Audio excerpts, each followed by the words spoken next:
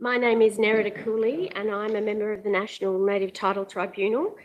I'd like to welcome you all to what is a very significant occasion for the Tribunal, the swearing in and welcome of Mr. Kevin Smith as President.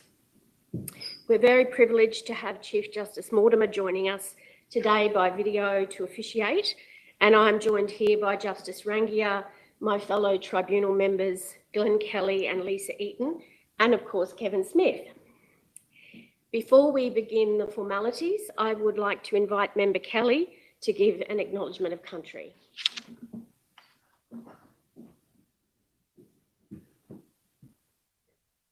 Thank you, Nerida. My name's Glenn Kelly. I'm Warrandin from the southwest of Western Australia and am a member for the Tribunal based in Perth. I'd like to acknowledge the Turrbal and Yagara people, the traditional owners of this country, on this special occasion that we're gathered for, and also acknowledge the traditional owners of all of the peoples around the country where people are also viewing this ceremony. Thank you.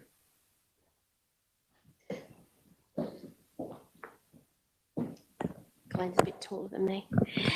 Thank you, Glenn. I too acknowledge the traditional owners of this land and pay my respects to their elders. I would also like to acknowledge the many Torres Strait Islander and Aboriginal people here with us today and pay my respects to those elders present.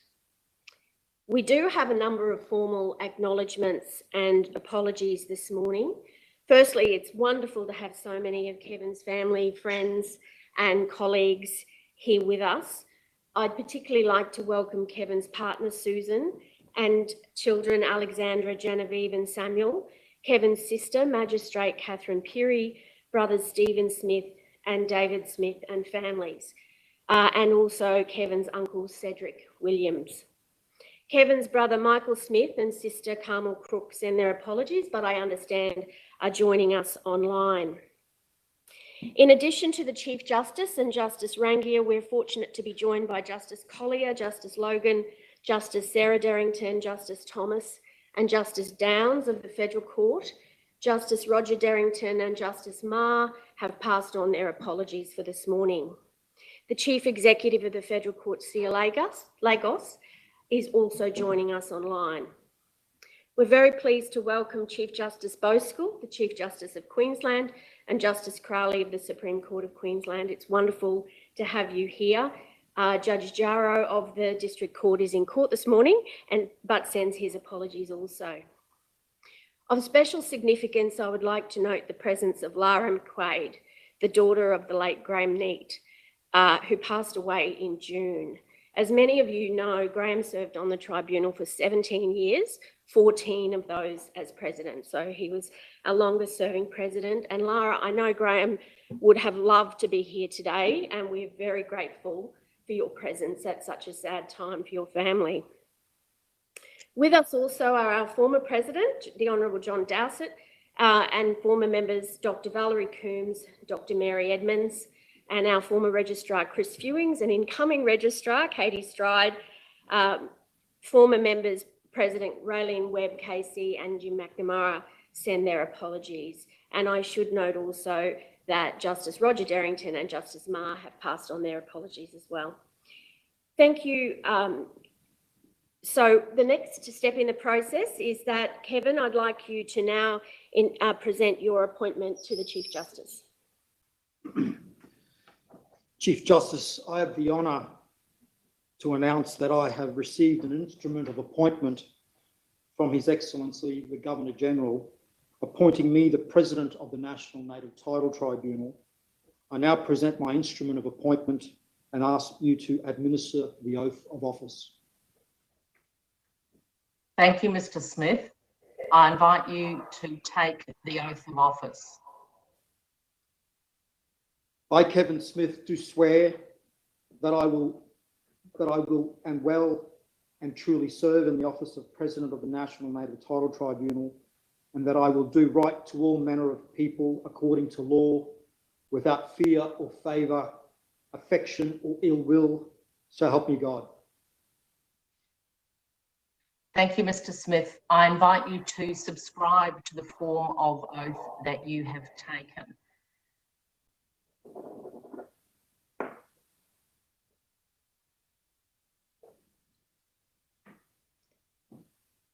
Right, thank you, Chief Justice. Are you still there, Chief Justice?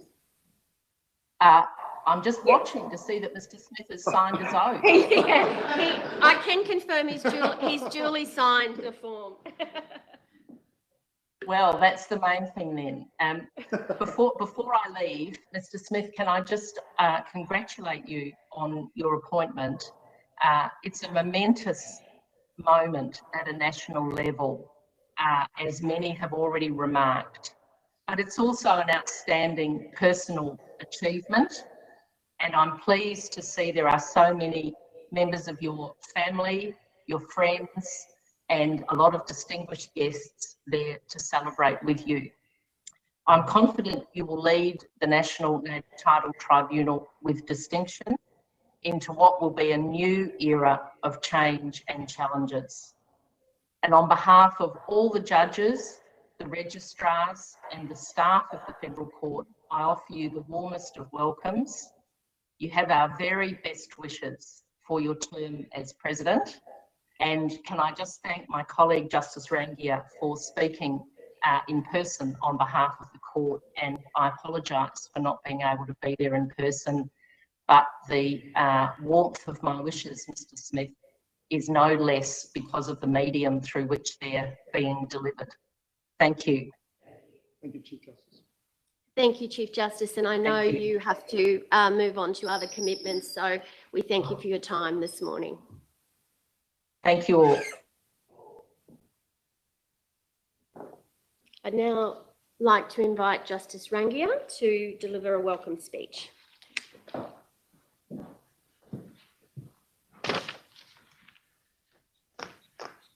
On behalf of the Chief Justice and the judges of the Federal Court of Australia, I welcome you all to this important occasion, the swearing in of Kevin Smith as President of the National Native Title Tribunal. The preamble to the Native Title Act recognises that the Aboriginal and Torres Strait Islander peoples were the inhabitants of Australia since long before European settlement, and that the special measures contained in the Act are intended to rectify the consequences of past injustices.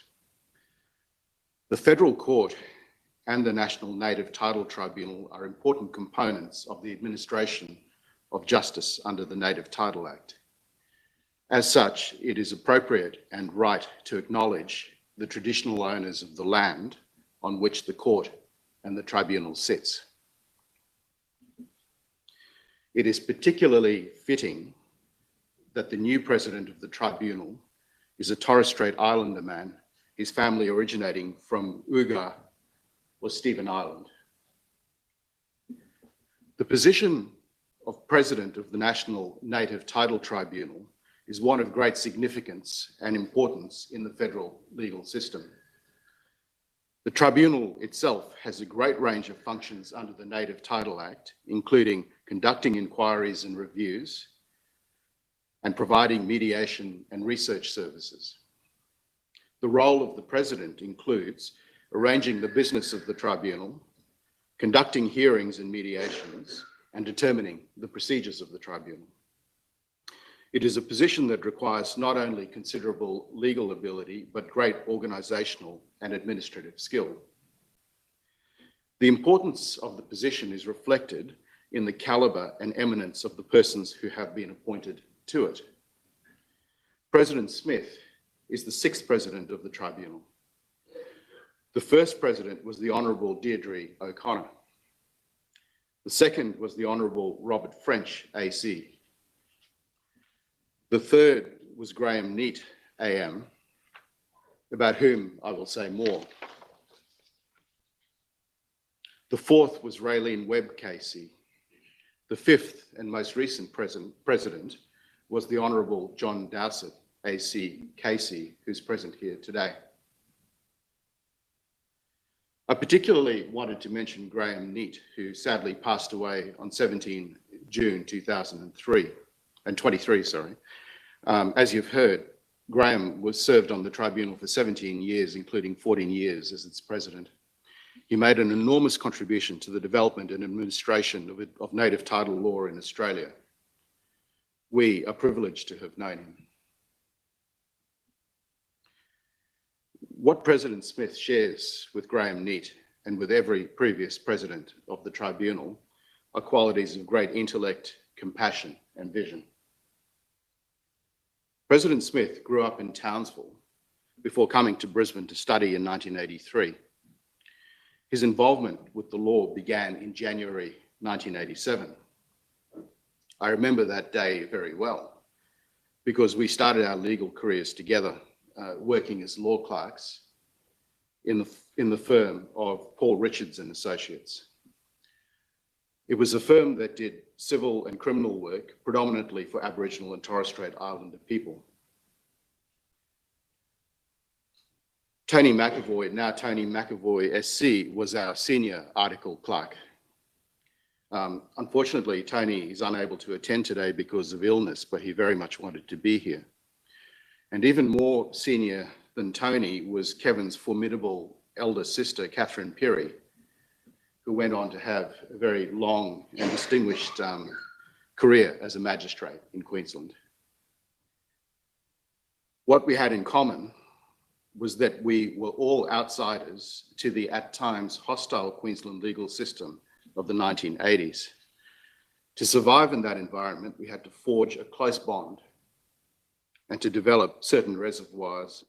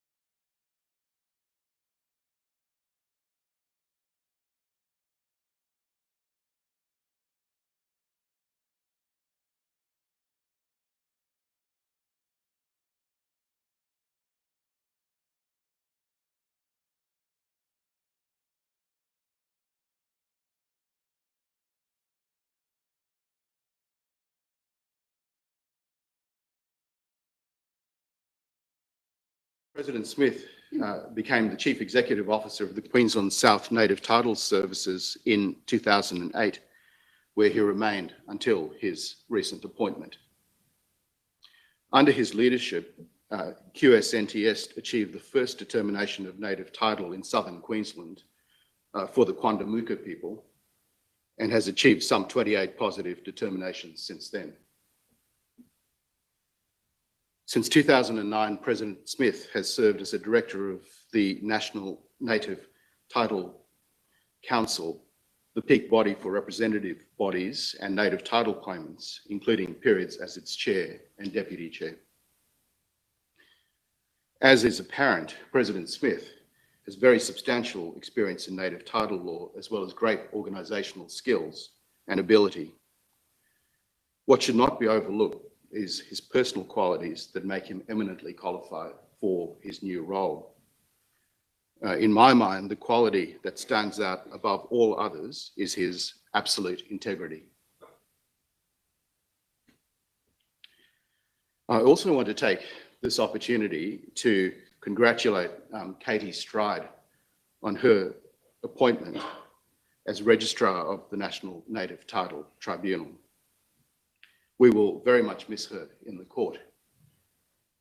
And I also note the presence of Chris Fewings and thank her for her many years of exemplary service to the court and to the tribunal. I speak on all of us in congratulating President Smith and wishing him well as President of the National Native Title Tribunal.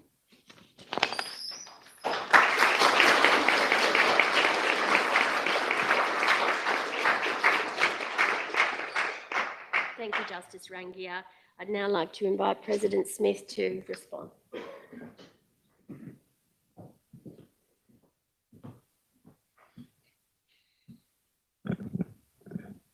I acknowledge the country on which we meet and pay respects to Yagara and Turrbal peoples.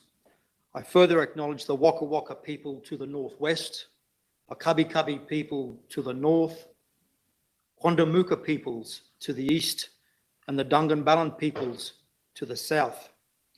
Indeed, I acknowledge all elders in the room and online and honour you for the duty you discharge and the sacrifices you make daily to ensure that traditional law and custom is received, held and transmitted, and express gratitude for the vital contribution you make to the maintenance of the longest continuous cultures on the planet.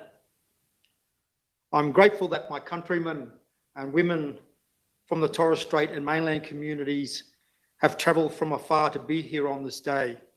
I am truly humbled by your presence, Aweswa.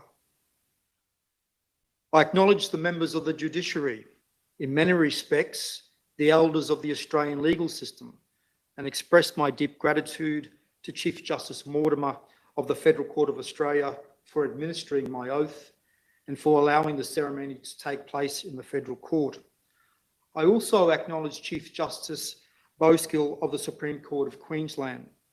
It is well known that both Chief Justices have a deep understanding and respect for First Nations peoples and the importance of equitable access by those peoples within the respective jurisdictions. I acknowledge the many justices of the Federal Court, and in particular Justice Rangier, for his kind words and friendship over many years. I want to acknowledge Justice Lincoln Crowley of the Supreme Court of Queensland, a former colleague of mine at the Aboriginal Torres Strait Islander Legal Services. I also acknowledge Judge Downs from the District Court. I acknowledge my sister, Magistrate Catherine Peary, Nee Smith. I acknowledge Justice Dowsett, former President of the National Native Title Tribunal, along with the tribunal members Eaton, Cooley and Kelly, and thank Nerida for officiating and Glenn for his acknowledgement of country. I acknowledge Acting Native Title Registrar Alex Ripper and the NNTT staff, both here and online. I look forward to working with you all. I make a special mention to former member Dr. Val Coombs and former Registrar Chris Fewings, and it's good to see former member Dr. Mary Edmonds here as well. While acknowledging former members of the NNTT family, I express my heartfelt sympathies to the Neat family on the recent passing of a dear friend to the entire native title system, a personal mentor and former president of the National Native Title Tribunal, Graham Neat. I'm humbled that Graham's daughter Lara would selflessly travel during this time of grief to bear witness to this occasion. You honour your father in doing so, and I in turn honour you as truly being your father's daughter. Once again, our condolences. I acknowledge the CEO and Principal Registrar of the Federal Court, Sia Lagos, who I believe is online, and look forward to working with you to foster the important administrative relationships between both our institutions. I also acknowledge all registrars of the Federal Court, and if I may, make special mention of Registrar Katie Stride and express my delight that we will soon be working together. I know I will be the beneficiary of your legend status. When you have worked for an organisation like Queensland South Native Title Services for 15 years, I have to acknowledge the current chair, Pele Ware, whose late grandfather was one of our esteemed Torres Strait Islander elders and my long-time mentor. He will be smiling down on us today. Deputy Chair Brad Saunders, former Chair Colin Wall, and former Deputy Bernie Yates have all been supportive of my career, for which I am grateful, and thank you for your attendance. I acknowledge my long-time executive team of Tim Wishart, Paul Davies, and Michelle McCann, all along with all the deputy principal lawyers, and if I can use the vernacular, the deadly QSNTS team watching online. I acknowledge Jamie Lowe, CEO of the National Native Title Council, an organisation I had the honour of being involved with for over 15 years. I acknowledge Simon Hawkins of Yamachi Malpa Aboriginal Corporation, and thank you for making the long trip over from the West to be here today. There are many colleagues from the various organisations that I've worked with over the years, but I must acknowledge Uncle Francis Tapim and Auntie Angie Arkey from the National Secretariat of Torres Strait Islander Organisations. I also thank my friends and former colleagues, Mr. Carl Manning and Dr. Narita Morsu, who work with me at the Aboriginal and Torres Strait Islander Legal Services, along with Justice Crowley. I must make special acknowledgement to Mr. Paul Richards, who as a law master was not only passionate about human rights and social justice and instilled those qualities in all who worked for him, but took it upon himself to build a nursery that would grow or support many an Aboriginal Torres Strait Islander lawyer. One of those lawyers, Mr. Tony McAvoy SC, who sadly can't be here, but is listening online, I understand, I have to thank for his support over many years and is a dear friend and brother.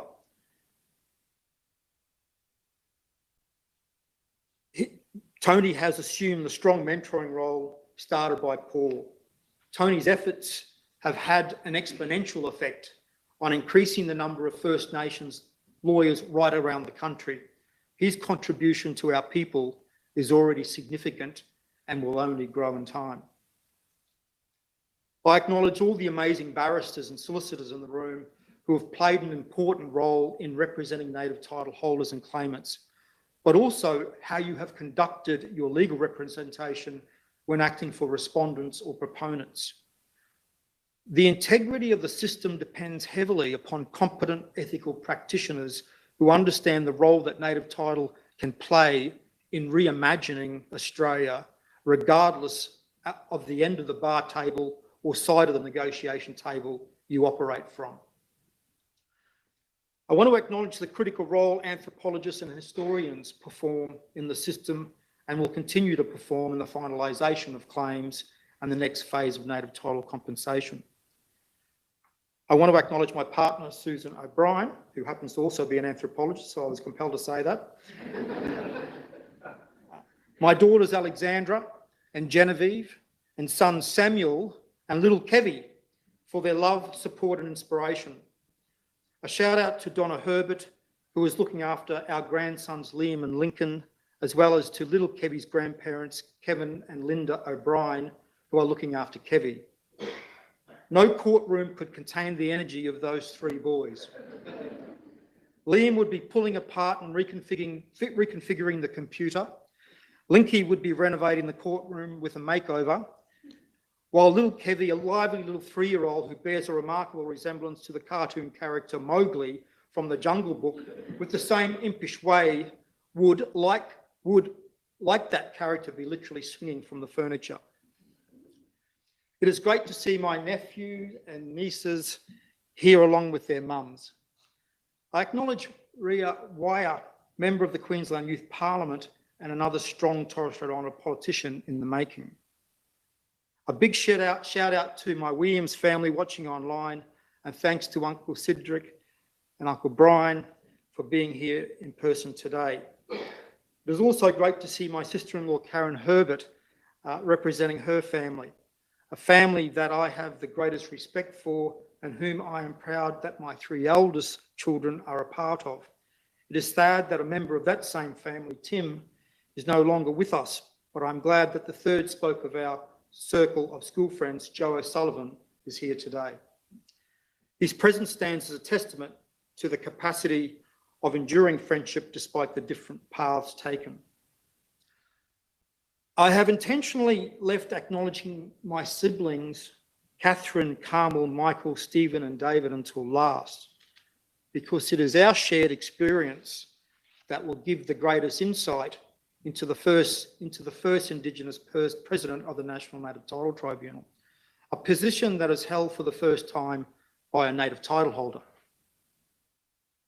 As Justice Rangi has said, for most of my 36 years of professional life, I've worked for and with First Nations people, across every conceivable area that touches our lives: legal, economic, social, cultural, and political, at local, regional, national, and international levels. For 21 years of those 36, I've worked solely in the area of native title. Firstly, as a senior manager with the National Native Title Tribunal, including various roles, including acting native title registrar. Then as the CEO of one of the largest native title service providers, while at the same time being the chair, deputy chair, and/or director of the peak national advocacy body. In this new capacity, I'm a person who must confront the daunting reality of walking in the footsteps of some of the most brilliant legal minds in this country, that this country has ever produced, including former Chief Justice of the High Court, Robert French, Justices O'Connor and Dowsett, as well as the late Graham Neate, AM, and Raylene Webb, QC. No pressure. While they are big shoes to fill, and I can only run my own race, I come to this role with a unique combination of skill sets as a native title holder, solicitor, and executive officer of some incredible organisations. In addition to these skill sets, I also have a unique background that provides a different perspective to the challenge of coexisting rights and interests. To expand upon this perspective, I must return to the siblings. All of us were born within a range of 8 years, raised by both parents in a 2-bedroom plus sleep out in a housing commission home in Garbett, Townsville. We didn't own a car, hot water came late to our house, while clothes were always fastidiously clean, they were washed in a copper in the backyard, where television came much later than most other households, as well as a telephone. To contextualise, I was born in 1966, not earlier generations when such privations were commonplace. Kevin Sr., and you notice that there's a theme, there's a lot of Kevins in my family, was from English-Irish stock. Now there is an interesting combination. And Angelina was a Torres Strait Islander with connections to the Eastern and Central Islands, but also with Aboriginal, Filipino and Welsh descent. The Torres Strait was cosmopolitan long before any other part of Australia ever was, and has always fostered harmonious coexistence as a cultural value. My father came from a staunch Catholic family, and while my mother was Catholic too, she had a nuanced spirituality that was capable of accommodating Christianity and Torres Strait traditions as only Torres Strait Islanders can. Theirs was a union that was frowned upon by the highest echelons within the Townsville Catholic diocese. The children would be half-caste and not accepted by either. And that was said by a very senior priest. So much for benevolence. Nevertheless, my parents married in Cairns, where Mum's family lived after migrating from Thursday Island. There they had my eldest sister, but soon after were forced to move to Townsville because my father suffered from mental health conditions all his life, and Townsville was the only place that provided the requisite professional care and support. The aforesaid house was tiny, we were poor, but so was everyone else, and we were happy, at least within our little world, albeit episodically a bit unusual when Dad was unwell.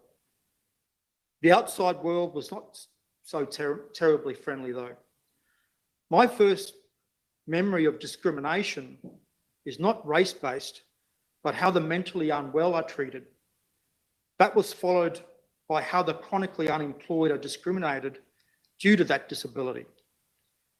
These concerns are shared by many, but my unique experience was how that discriminatory behaviour interfaced with race when my mother struggled to help her husband with a condition she didn't understand, many didn't and still don't, while looking after 6 young children away from her family and community. My mother had a defiance that was never expressed in anger, not that she had ever had the choice for fear of the implications of drawing the attention to the authorities to her plight. As a child, I did not quite understand the expression that would come over her face during those times until recent times when I read a line from the Uluru Statement that talks of the torment of our powerlessness. That term reminds me of the expression on her face. My parents agreed that education was the key to the exit door of poverty, and so did the Catholic Church. So off we all went to private Catholic schools.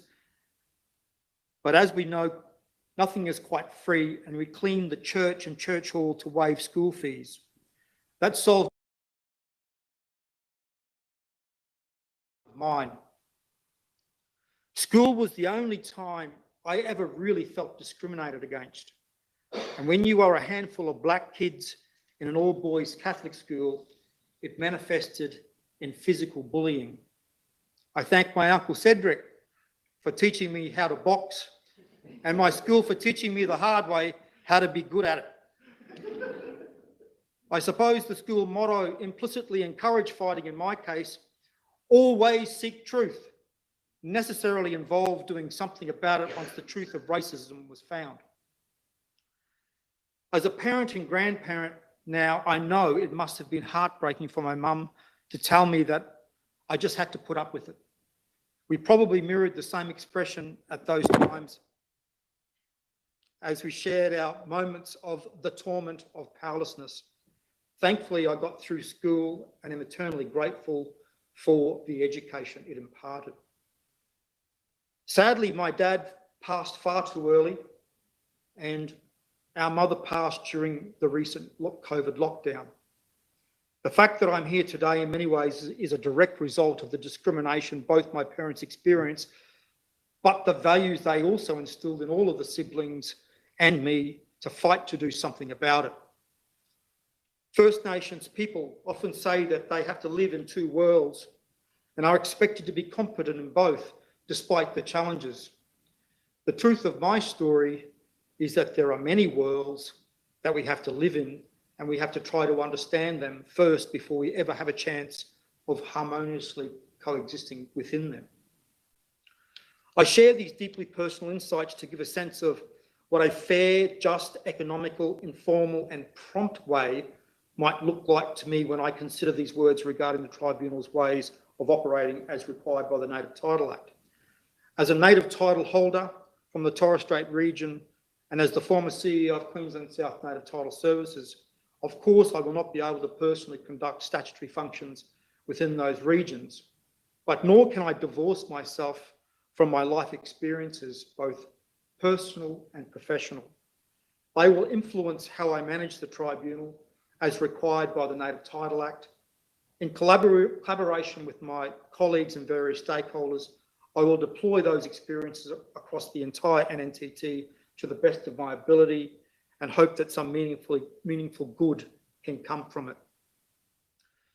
In closing, there is a close congruency between my personal professional experience and the recitals in the preamble of the Native Title Act.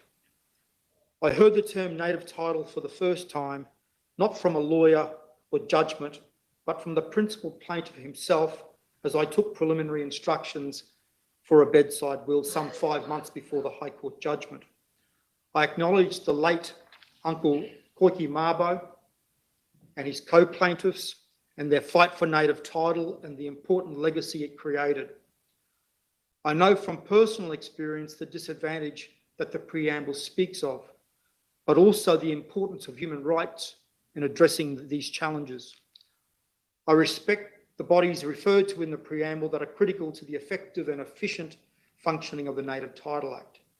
I look forward to working with all institutions and stakeholders in the pursuit of common objectives. Finally, I appreciate the practical, enabling and facilitative role that Native Title can perform in the attainment of real and enduring reconciliation, surely the ultimate objective of the Native Title Act. I very much look forward to my term as President of the National Native Title Tribunal. I'll rest well. Thank you.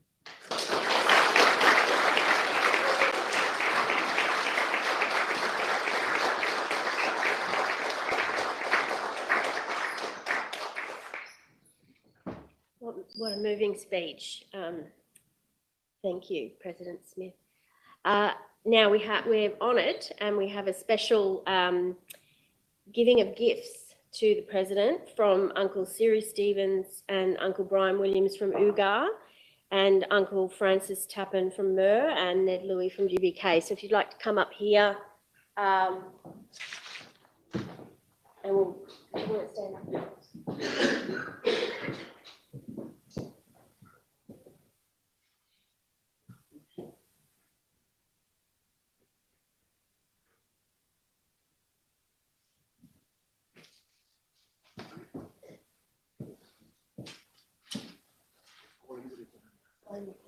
Yeah.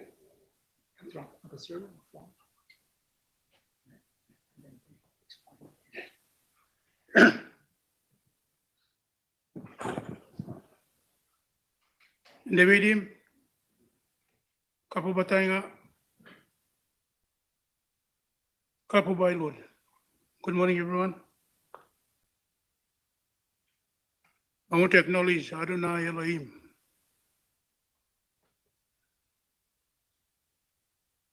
our Jehovah Jireh, our Jehovah Rapha, our God who provides, and our God who heals. I want to acknowledge the traditional apical ancestor of the land that we gather on today, all them descendants, before time, past, them kind time, now, and next time to come. I want to take the opportunity here on behalf of all them elders in the Torres Strait and around Australia, but most importantly from Ugar, where Kevin is from. I want to acknowledge the two elders who are with me today, Mala Bryan and Thompson, who are also directors on the Ugar PBC, our native title body. We would like to present this shell to you, which we call Waiwer in our traditional language, the Ugara Mir and the Miria Mir. This shell has its own journey.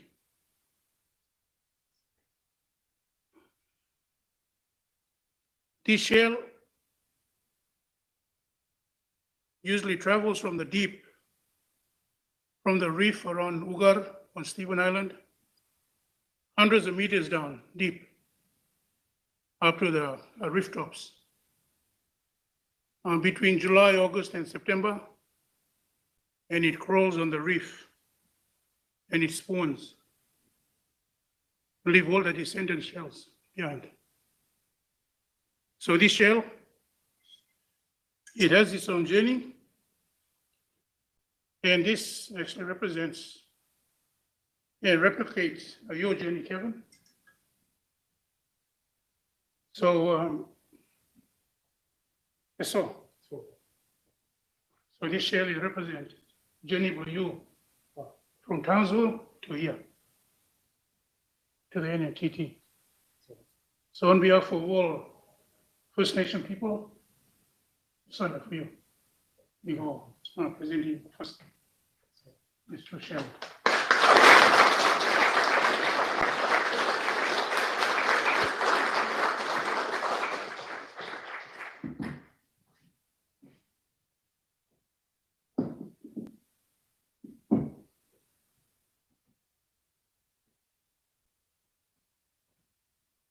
Good morning, and much of a speaker.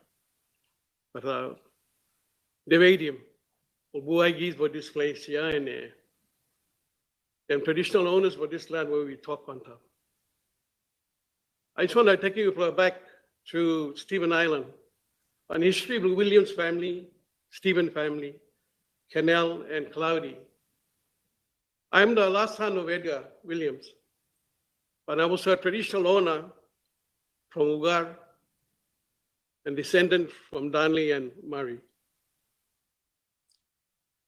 When I sit down there, I look over here and I see Kevin.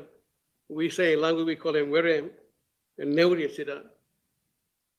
Galar in our language is low, L-O-R-E and L-A-W, Galar. We come from a descendant of a chief from Stephen Island, Tatkiem, Larome, Boget. We say Zogole, they were the chiefs of Stephen Island. The main one was Tatkem, woman, Lem Kotabo. Our great-grandmother, namely Maima, May in English. She gave birth to Granddad Willie. At that birth time to her, she passed on, but the baby lived. Granddad Willie lived, and he came out gray color, lack of oxygen. So they call him Geiji after the Black Trevally. Willie call him out after. Eldest one boy, Granddad Willie, James Williams. We call him Pomoy, language fluid. So when you look at wherever you're Kevin, we got one language we say, Adgele Atarkak, Adgele Mimikak. The language he means, you cannot walk onto a land with other people without the decision by the chief. You cannot walk out Tase Kai Kai but a place without the decision. Because the law was the law. So descendant we come out from Galar. We had our education, we had our religion, we had our teaching about law. So when I sit down there, this net kept me in my heart, a proud, I'll very me sit down there. Today, the road is open for all indigenous people are like where me sit down for everybody. But the strength of Williams family, Canal, Cloudy, and Stephen come out of law, Stephen Island, descendant from Murray, Darnley come down. Today, I look boy one is stand up with the position. So that's how we had law in those days, not thinking that the Western come over, the Western world, we will connect in that sense. So wherever I always well for you and for me, God bless.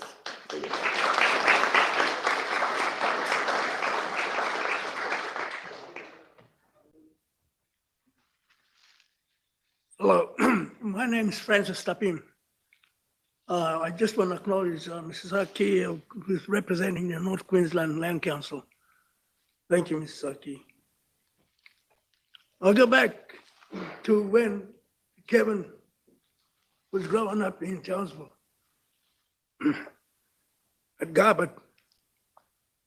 I used to work with his father, old Kevin, and I used to call him Toby, brother-in-law. And he didn't know why I used to call him brother-in-law.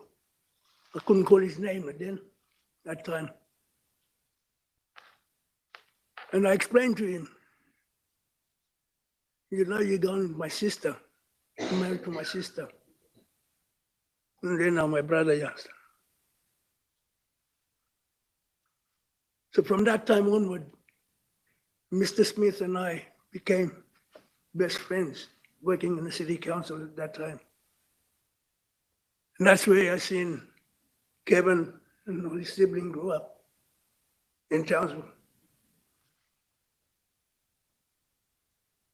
When we first started the National Secretariat of Torres Strait Islanders,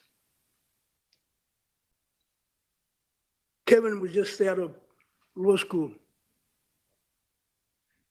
And he became our first CEO of the National Secretariat. Kevin, Mrs. Aki, who was the secretary then, in the National Secretariat, and I was the chairman of the National Secretariat, traveled around Australia to talk about Torres Strait Islanders living on the mainland, that we were also part of the Aboriginal people living here. And I want to acknowledge the Aboriginal people for allowing us, Torres Strait Islanders, coming from our islands to come and live here.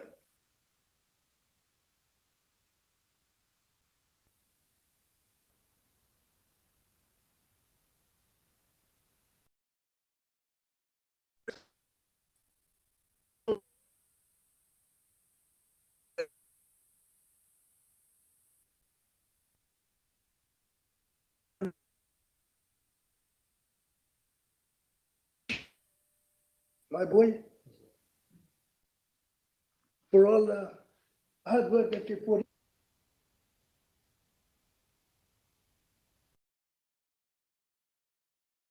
in life. And on behalf of the Torres Strait Islanders, I give you this. If you can unwrap it, and I'll explain it.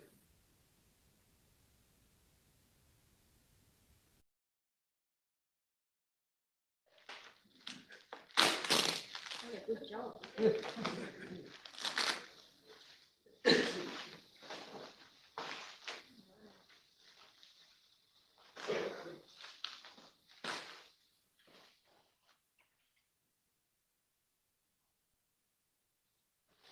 This painting was done by Brian Poole.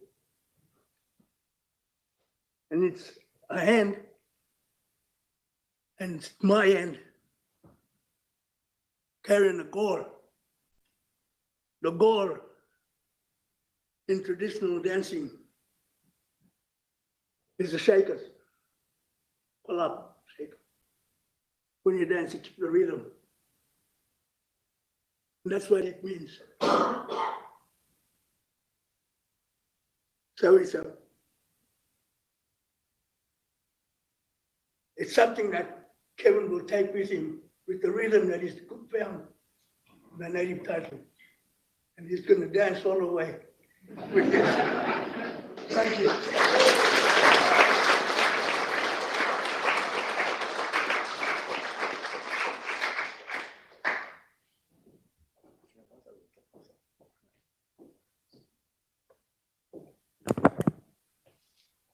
Devedi Mobim, kapu batainga, kapu migi batainga, kapu bailud.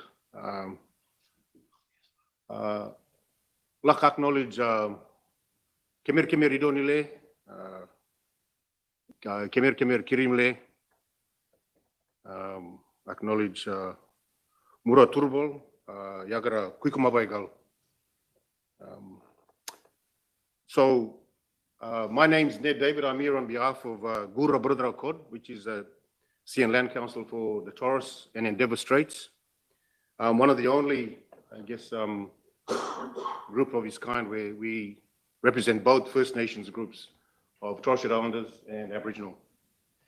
I thought that little presentation from Bella Francis just then, I think a photo of you and Francis together with that pig would have been like mover and shaker.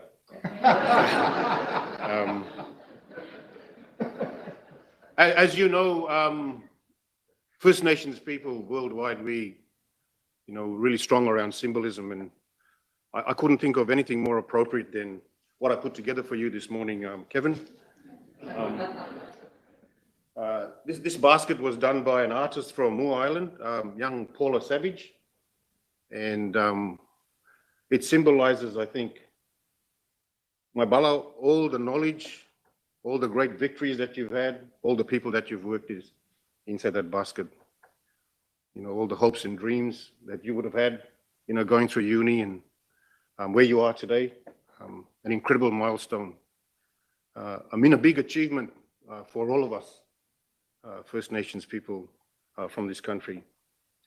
I think it's only right for me to just elaborate a little bit on what's already been shared by Bala Siri, Bala Brian, and Bala Francis, and hopefully give a bit of context to people here present. For those who don't know, Ugar is probably the most isolated and smallest community in Australia. It's obviously in the Torres Strait, or as we would call the last frontier in Australia. To get to Ugar, you can't get there without being on a chopper. Probably one of the most expensive parts of the most expensive postcode in Australia. So my Bala, for somebody from, you know, who come from that line, where you can just imagine how hard it would be just to access any normal service that people would take for granted on the mainland to where you are today is an incredible achievement. So on behalf of Murau, GBK, Kemer GBK, I congratulate you, my brother, and I say big yes for all the things that you've done. Yes, sir.